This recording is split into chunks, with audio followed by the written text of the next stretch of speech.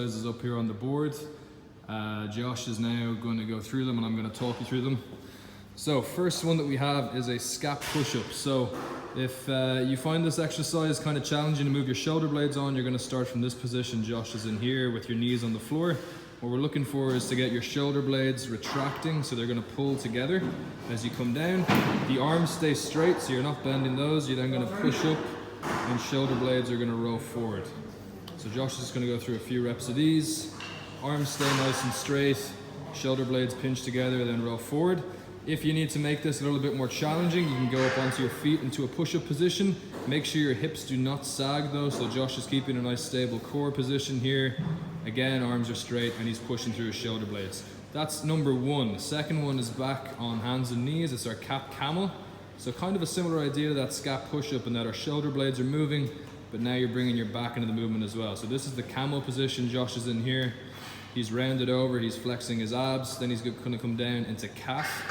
So that's the exact opposite. You're making a U shape through your back, shoulder blades come together, and you can work in that chin lift like Josh is there. So again, going into that camel, that's your opposite position, kind of like an N shape, tucking the chin, rounding the back, shoulder blades forward and squeezing the abs. Next one then, still in that position, we're going to a bird dog. On this exercise, Josh is going to extend opposite arm and opposite leg while trying to keep his abs nice and tight. He's not kicking that back leg up too high, so he's mainly moving through his hips and his shoulders on this exercise. And if you're doing this right, you should feel your abs having to contract fairly hard as you lift off the floor. All right, that is your bird dog. Next one then is going to be bear crawl. So depending on how much space you have where you're doing this, you may have to just go up and down. That's what we're going to do here. So Josh is going to lift his knees off the floor. Nice and slow and controlled. He's going to move opposite arm and opposite leg. Exactly. So you can do it statically like this if you're short for space, or if you have a bit more space, you can do it traveling forward. If you're running out of space, you can then travel back, which is a bit harder. Make sure if you're traveling backwards that you really work hard to keep those hips low. And as we're trying to do on all these exercises, we're trying to keep our abs super tight. All right, next one we're moving to then is downward to upward dog. So downward dog, well, this is our upward dog. So we have hips to the floor, chin up, shoulder blades are back, arms are straight, he's tensing his glutes. Then you're gonna push yourself up into downward dog position. That's head through our shoulders, legs straight, and our weight is back on our heels. So Josh is getting a good stretch on his hamstrings and his shoulders here, and he's just moving through reps of these. So he's flowing from each one of these yoga poses to the next. So that's your downward to upward dog. Next, you're moving on to your back then for the glute bridge exercise. So what we want to see here is the small of Josh's back, so his lower back is pressing into the floor first. He's tilting his pelvis up to the ceiling, and then he's driving through his heels, and he's just coming up to that point where he can feel his hamstrings and glutes fully contract. You can see the hamstrings on tension there at the top, and then he's back down. So make sure you're starting that movement by pressing your lower back into the floor and then driving up.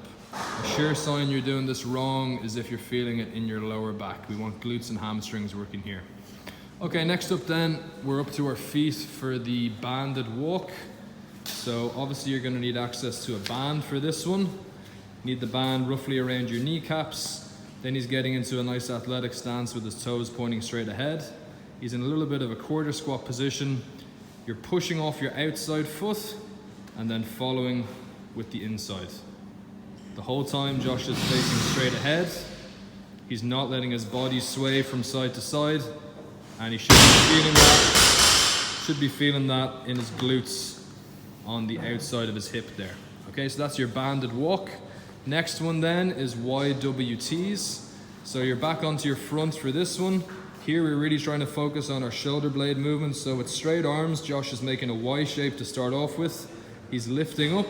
As you can see, his shoulder blades are pinching together as he comes up and then relaxing on the way down. So you've got your Y shape. Once you have your reps done on that, you're coming to a W shape. So he's in W shape now. Same idea, shoulder blades coming together. Last shape then is a T shape with arms out by the side. Key to this as well, you'll notice, is that his hand is in a position where his thumbs are pointing up towards the ceiling. and that doesn't change at any point. Okay, coming towards the end of our warm-up now. Second last one is single leg RDL. So this is standing on one leg. Most of you guys should have done this plenty of times in school. Standing on one leg, kick your free leg behind you, hinge through the hip, reach out in front as a counterbalance, and you should be feeling all that work coming through your hamstring and your glute. So you're getting a good stretch on the hamstring, only going as far back as you can while maintaining good control. If at any point Josh was to lose his balance, he would just pop his back foot down and then he would restart the rep, just like that. Okay, that's your single leg RDL. And then our very last exercise is going to be an ankle rocker. So if you have a wall or anything like Josh is using here, a box, just something that will give you some feedback about how far your knee is going forward relative to your toe. Josh is just trying to get that knee to come a little bit further forward past his toes each time. So we're working our ankle range of motion here. Have a big carryover to your running and your squatting and all your lower body exercises. So you're just working your reps on that, trying to go a little bit further each time. Okay, that is our warm-up. Only took us about 6 minutes, so it should be easy enough to get done at the start of each session.